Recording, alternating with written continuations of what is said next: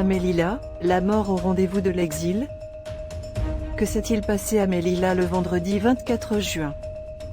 Les informations délivrées par les autorités marocaines et espagnoles divergent de celles apportées par les associations de droits de l'homme.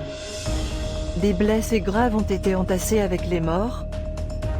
Selon les gouvernements de ces pays, 2000 migrants ont tenté de franchir la frontière, en pénétrant dans l'enclave espagnole au Maroc, seule frontière terrestre de l'Union européenne sur le continent africain avec Ceuta, autre morceau d'Espagne au Maghreb.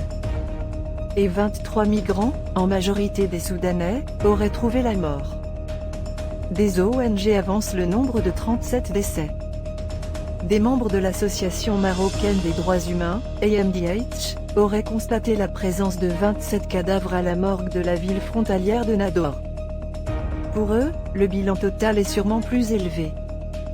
2 policiers marocains ont aussi été tués. Les migrants grimpés sur les barrières ont été ciblés par les forces de l'ordre des 2 côtés. La Guardia civile espagnole les a aspergés de gaz lacrymogène, et certains sont morts en tombant au sol. D'autres ont été violentés par les forces marocaines. Des images montrent des hommes frappés à terre par des militaires avec des gourdins en bois. Autre procédé choquant, des blessés graves ont été entassés avec les morts, au soleil. Le bilan s'est alourdi car les secours ont tardé de part et d'autre de la frontière. Ils ont mis 9 heures à arriver côté marocain. Des hommes sont morts pendant ce délai. Côté espagnol, les forces de l'ordre ont jeté du matériel anti-émeute sur ceux qui étaient à terre, explique Elsa Tisley, membre de Migre Europe et chercheuse au CRESPIPA, un laboratoire du CNRS. Le pape François a fait part de sa douleur pour la tragédie. L'événement sanglant a choqué. En Espagne, l'opinion publique s'en est émue. Le quotidien El País a publié en une la photo de tombes creusées dans la terre, expliquant que le Maroc s'empressait d'enterrer les corps, sans examen médicaux ou légal, prétextant que la morgue était pleine. Ce n'est pas la première fois que des migrants qui tentent d'entrer dans l'une des enclaves espagnoles au Maroc perdent la vie. En 2014 et 2018, il y a eu d'autres victimes. Souvent, l'opacité règne. En 2005, au moins 11 migrants ont été tués par balle par les autorités, et des centaines ont été blessés. Peut-être davantage, mais il est difficile d'avoir des informations précises. Des violences s'exercent régulièrement.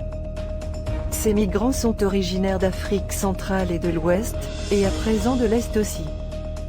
Cette fois, ils proviennent du Soudan, quelques-uns du Tchad.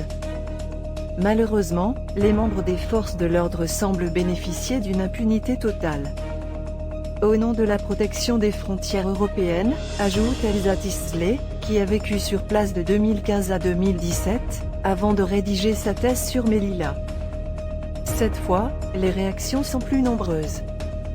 Le 28 juin, le pape François a fait part de sa douleur pour la tragédie, le décès de migrants poursuivant l'espoir d'une vie meilleure. Le même jour, l'ONU a réclamé une enquête efficace et indépendante et dénoncé un usage excessif des forces de l'ordre, des 2 côtés de la frontière.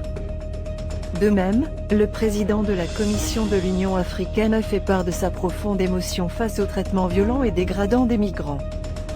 Le parquet général espagnol a réclamé l'ouverture d'une enquête judiciaire. En mai 2021, 10 000 Africains étaient entrés à Ceuta quand le Maroc les avait laissés passer, suite à une brouille diplomatique liée au Sahara occidental. À la mi-mars 2022, les autorités espagnoles et marocaines y ont mis fin. Pedro Sánchez, le chef du gouvernement espagnol, appuie désormais le projet d'autonomie contrôlée pour le Sahara occidental. En échange, il a fait valoir que Rabat collaborait pleinement avec son pays sur la question migratoire. De quoi lui valoir, après la tragédie, les critiques de Unidas Podemos, son allié de gauche radicale dans la coalition gouvernementale. Dans un premier temps, Pedro Sánchez avait félicité les autorités parvenues à stopper l'assaut d'exilés pour le travail réalisé à la frontière. Face à cette attaque contre son intégrité territoriale, il avait accusé les mafias d'en être à l'origine.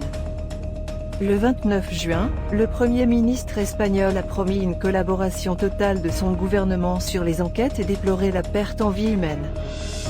Le parquet général espagnol a réclamé l'ouverture d'une enquête judiciaire, en raison de la gravité des faits survenus, qui pourraient affecter les droits humains et les droits fondamentaux des personnes.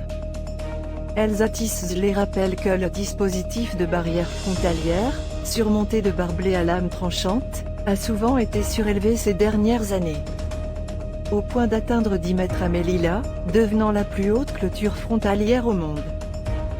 Des camps régulièrement détruits par la police marocaine,